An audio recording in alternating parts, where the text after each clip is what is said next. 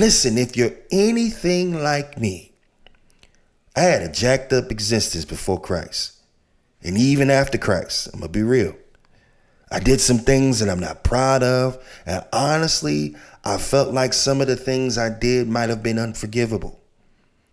But when I grew up and learned that Christ had wiped the slate clean, not because of anything special I did or because I was some good person, but only because of his grace, there was a seriousness that came about.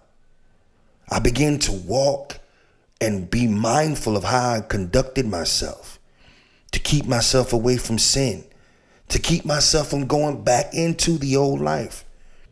And then I was very mindful of the impression that I left, that I wanted people to know with all my heart that I was saved, I was transformed, and I was no longer the person that I was. So what people thought about me was very important.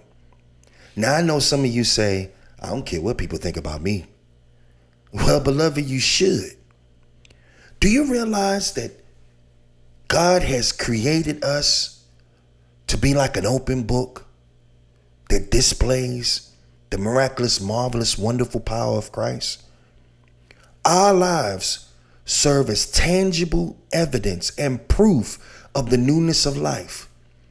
Your friends, your family, your old colleagues, they remember the old you. This new one got them shook. You and I are walking, living, breathing advertisements for Christ's transforming power.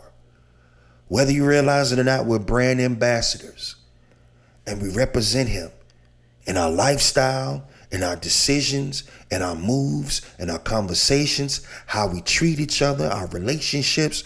All these things leave an impression of how much Christ has touched our lives. And I think there's a seriousness that we need to get back to.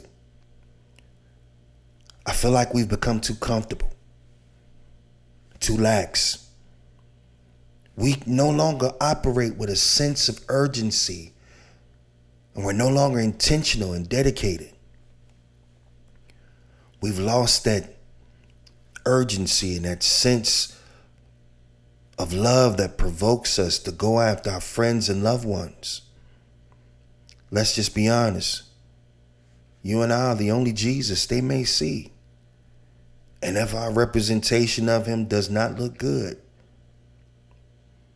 then why would they want what we got? I want to take a moment for us to reflect on that. Stay with me.